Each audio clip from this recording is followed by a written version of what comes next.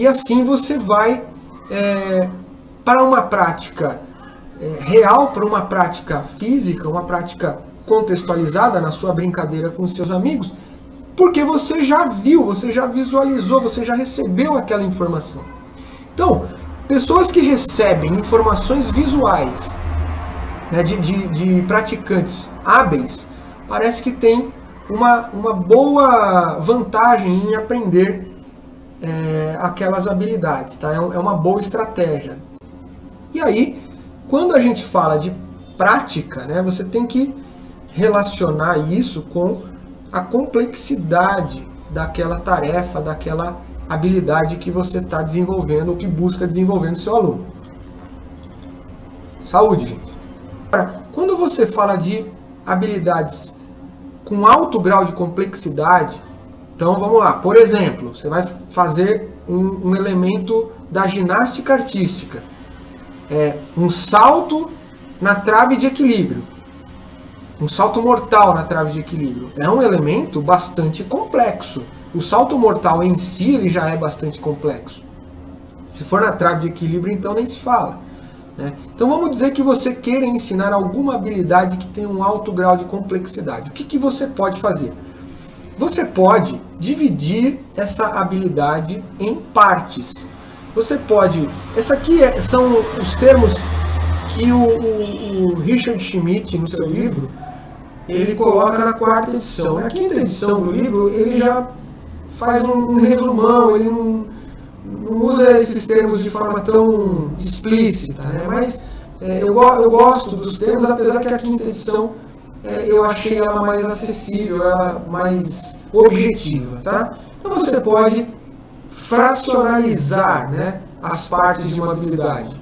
Você simplesmente divide ela em 2, 3, 4 partes e treina as partes separadamente. Uma outra forma é segmentar. Você treina uma primeira parte dessa habilidade, depois de aprendido, você treina uma segunda parte já inserida com a primeira, e depois você junta a terceira parte já junto com a primeira e com a segunda, né? Que aí a primeira e a segunda já virou uma coisa só, e você vai montando, né, como se fosse uma peça, né, em seguida da outra. E a simplificação, que é reduzir o grau de dificuldade. Então, se você vai ensinar uma criança a andar numa trave de equilíbrio, você não precisa colocar ela direto na trave de equilíbrio. Em vez de colocar aquela trave oficial, você pega uma trave ou algo que simule a trave, né, algum material que faça essa simulação, você coloca no chão. Então você simplifica, você facilita, você diminui o risco, né, facilitando a situação. Talvez se você leve direto para a trave de equilíbrio, aquilo pode gerar o que a gente falou no começo da aula. A gente falou que você pode elevar demais o nível de ansiedade, de expectativa, e aí você vai oferecer para aquele aluno um ambiente onde ele vai se sentir ameaçado, né? Ele sente um risco muito grande, fica com medo. Aí você não consegue cativar a participação do seu aluno ali na atividade, tá? Mas a prática parcial é usada mais com habilidades que são mais complexas. Bom, uma outra coisa importante aqui para a gente saber é estabelecer metas. É importante, gente, o estabelecimento de metas. Por quê? Porque você vai incentivar, você vai dar um objetivo. Então, daqui 2 meses, você quer que o seu aluno consiga executar determinadas habilidades. Então, você conversa com ele, estabelece metas. Isso pode ser dentro de um âmbito individual, como também dentro de um grupo coletivo. Um time de futsal, por exemplo, você pode estabelecer uma meta, né, num treinamento ou ao longo de um período de treinamento. Enfim. E essas metas, elas precisam ser desafiadoras, porém reais, assim, alcançáveis. Elas não podem ser nem fáceis demais, porque senão não gera esse desafio, mas também não pode ser difícil demais, inalcançável. Vai desmotivar, né? Da mesma forma você não vai conseguir alcançar ali o seu objetivo. E aí os autores, né, eles colocam ali a meta de processo, meta de performance e meta de resultado. Então o que vem a ser uma meta de processo? É quando você foca no movimento propriamente dito, né? Você quer que o seu aluno ele aprenda um passo de dança, por exemplo. Então você não está preocupado se ele vai estar participando de um festival, se ele vai ser melhor que esse ou que aquele. Você simplesmente está preocupado com o que você entende como o processo, né? A gente chama de processo. É o processo de realização, de execução mesmo daquela habilidade ou daquele conjunto de habilidades.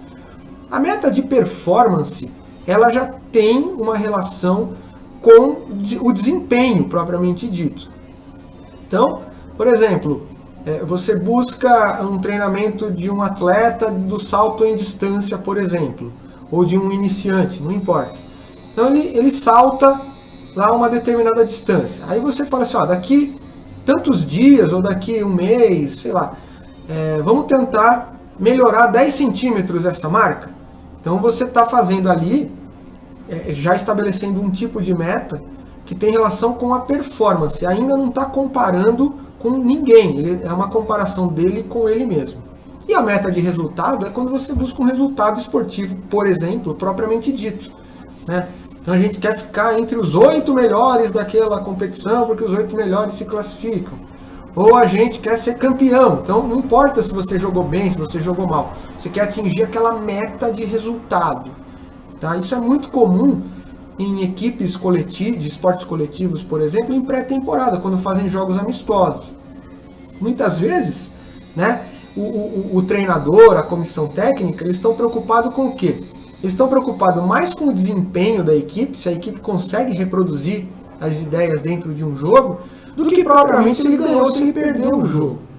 Isso é muito importante ficar claro, porque você vai estabelecer essas metas e vai entender também a importância disso na hora de você organizar um planejamento a longo prazo.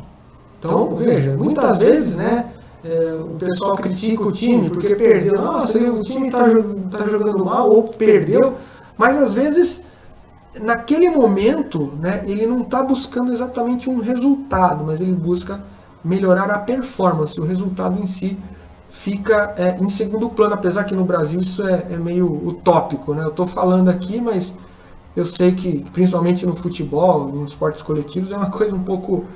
A gente ainda precisa evoluir um pouco nesse pensamento. Passando, a gente chega agora na parte principal aqui da nossa aula. Saúde.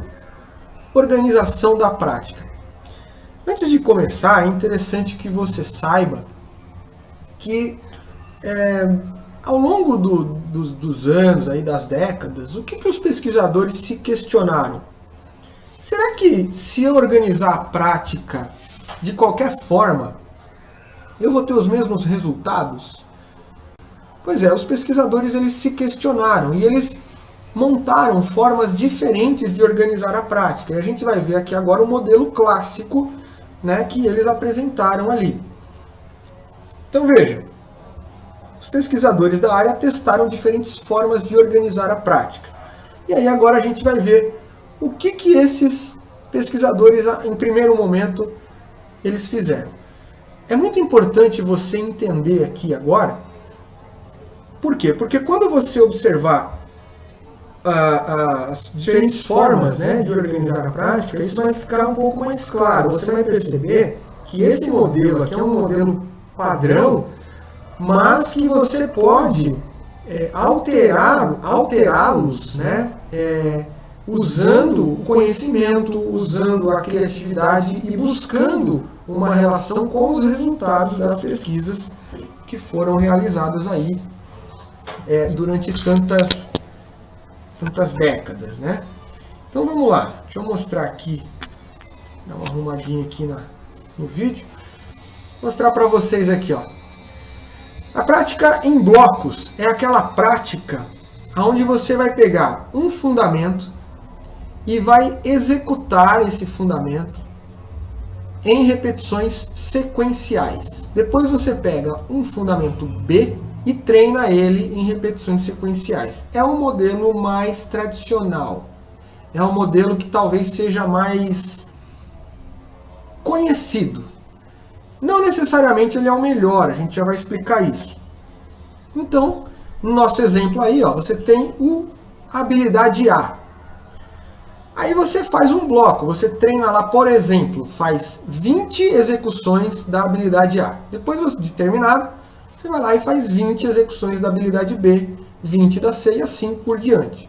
A quantidade de execuções por habilidade, isso cabe a cada instrutor, a cada professor ali naquele momento. Tá? O importante é entender o modelo, certo? A prática aleatória, né, como você já deve ter percebido aí na tela, você vai simplesmente misturar as habilidades e treiná-las de forma, né, assim, sem querer ser redundante, mas sendo de forma aleatória. Não vai praticar 10, 20 vezes desse movimento e depois passa para o outro. Não.